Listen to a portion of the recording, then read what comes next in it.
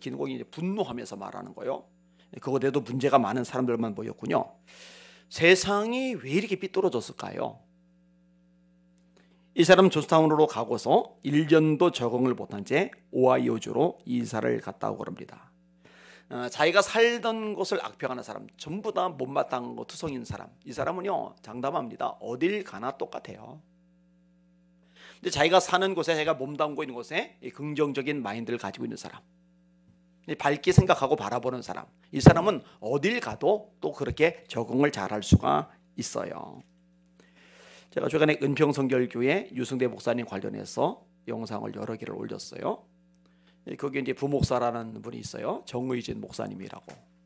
근데 이분이 담임 목사님을 찾아가서 이제 항의를 한 거예요. 목사님 왜 표절 설교합니까? 목사님이 은혜 받았던 것을 재편집을 하고 거기에 살을 붙여서 설교하는 게 있는 거예요. 여러분, 설교는 논문이 아닙니다. 스펄전 목사님 얘기를 제가 했었는데, 이분은 세계적인 설교자잖아요.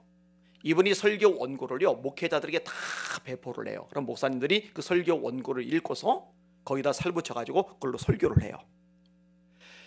본인이 노력을 안 하는 건 안 되지만 역량이 모자랄 경우에 정말 실력 있는 것들 배워가지고 소화를 시켜가지고 또 은혜를 끼친다. 이거는 절대로 나쁜 게 아닙니다.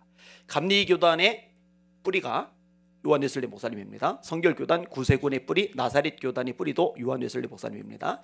이 웨슬리 목사님이 표준설교라는 것을 만들었어요. 저한테 웨슬리 전집이 다 있거든요. 이거 읽어볼 가치가 있어요. 이 표준설교는 뭐냐? 엉뚱한 얘기하지 말고 이렇게 기초 틀을 잡아줄 테니까 요 테두리 내에서 설교를 해라. 그래서 이분이 감리교를 시작했잖아요. 목회자들을 훈련했잖아요. 메소디스트라는 말을 쓰는데 규칙적으로 기도하고 규칙적으로 성경 읽고 규칙적으로 봉사하고 규칙적으로 교도소 같은 데 가서 봉사하고, 그래서 규칙적으로 한다. 여기서 메소디스트 감리교라는 말이 나온 거거든요. 이 표준설교도요 이런 원리들을 잘 담아가지고 출간을 한 거예요. 그러면 그런 걸 가지고서 훈련 받아서 거기에 살을 붙여서 설교라면은 어이구 남의 거 표절하네 이렇게 하면 되겠느냐고요. 그리고 설교 닦아놓고 얘기합시다. 표절이 안 된 설교가 있어요?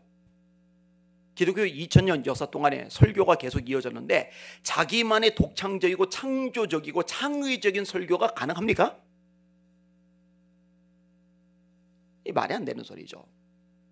근데 목사님이 참 겸손하세요. 만약 이 목사님이 저한테 와서 그랬다, 우리 윤 사님이 저한테 와서 그랬다 그러면 그냥 놔뒀을 겁니다. 근데 유 목사님은요 본인이 사과를 했더라고요. 그러면 가만히 있어야죠. 그리 마음에 안 들면 조용히 빠져나가야 되죠. 청년회를 들쑤셔 놓은 거예요. 자기가 맡은 교구에서 들쑤셔 놓은 거예요. 근데 또 어리석게도요 25명의 시무 장로님들 중에 2명의 장로님이 휘둘려 가지고요 같이 목사님을 공격하는 쪽에 선 거예요. 여러분, 이런 사람을 남겨두면 안 되죠. 당연히 교회에서 나가야죠. 근데 목사님이 참 마음이 넓어요. 사임을 한 걸로 끝내지 않고 그 이후로도 사례비를 좀 챙겨줬더라고요. 그 일하지 않은 목까지도.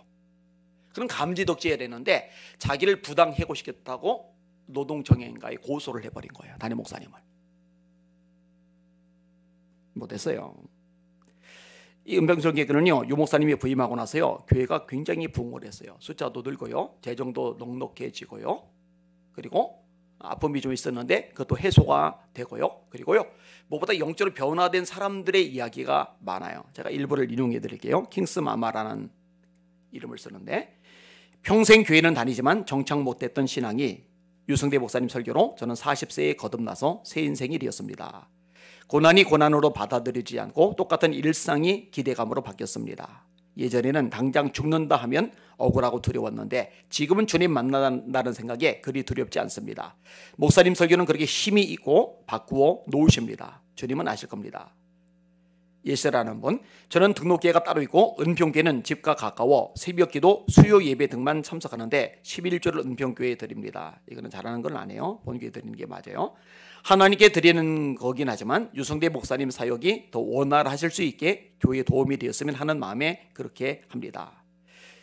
은평성결교회가 정상화로 많이 끌어올려진 건 유승대 목사님의 힘이 크신데 이렇게 또 사단이 시련을 주시네요.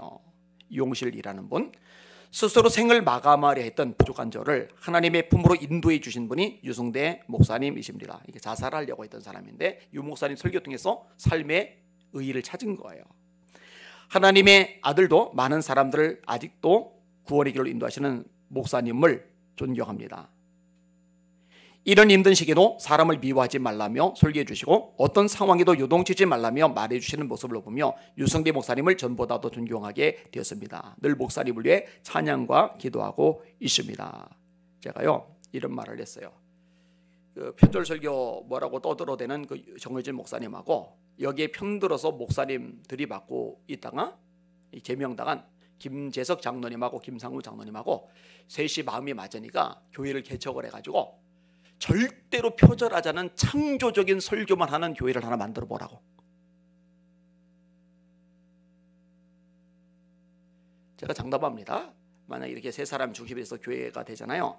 이 교회는 몇 년 못 가서 박살 날 겁니다. 왜? 보는 눈이 부정적이니까, 말하는 게 부정적이니까. 흠집 잡고 공격하고 뜯어내고. 여러분 이런 사람들이 자기들끼리는 또 화목할 것 같아요? 안 돼요. 절대로 그렇게 될 수가 없습니다. 교회를 비판하면서 비방하면서 평생 떠도는 사람들이 있어요. 참 불쌍한 사람들입니다. 그거 교회들만 뭐라 할 게 아니라 자기 자신을 돌아볼 필요가 있어요.